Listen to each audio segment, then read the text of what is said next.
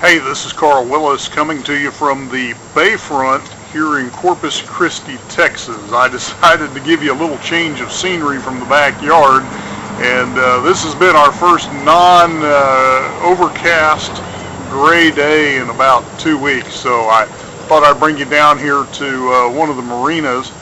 And what I want to talk to you about today is having a plan. In fact, I'm entitling this video, How Do You Intend to Get There?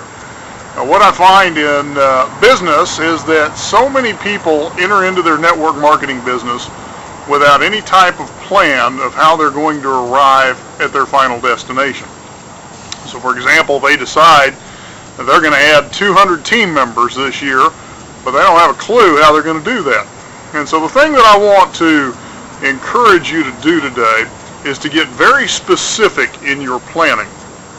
You need to start with a big picture. I want to add 200 people to my business this year, and you need to break that down into small bite-sized chunks. What does that look like? Well, with 52 weeks a year, assuming you're going to take 2 weeks off to go travel the world, that means you need to be bringing 4 people per week into your organization.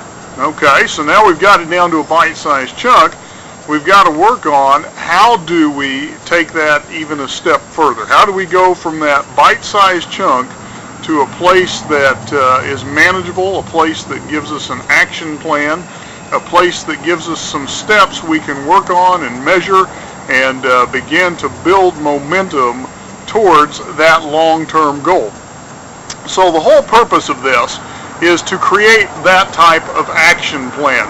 So if you're going to add those 4 people a week, maybe you've decided the way you're going to do that is to write 3 blog entries every day, every week, record 2 videos each week, and do 2 webinars each week. So now you've got some steps towards that action plan, and you can begin to measure it and decide what adjustments you need to make. So maybe that level of activity produces 6 people a week.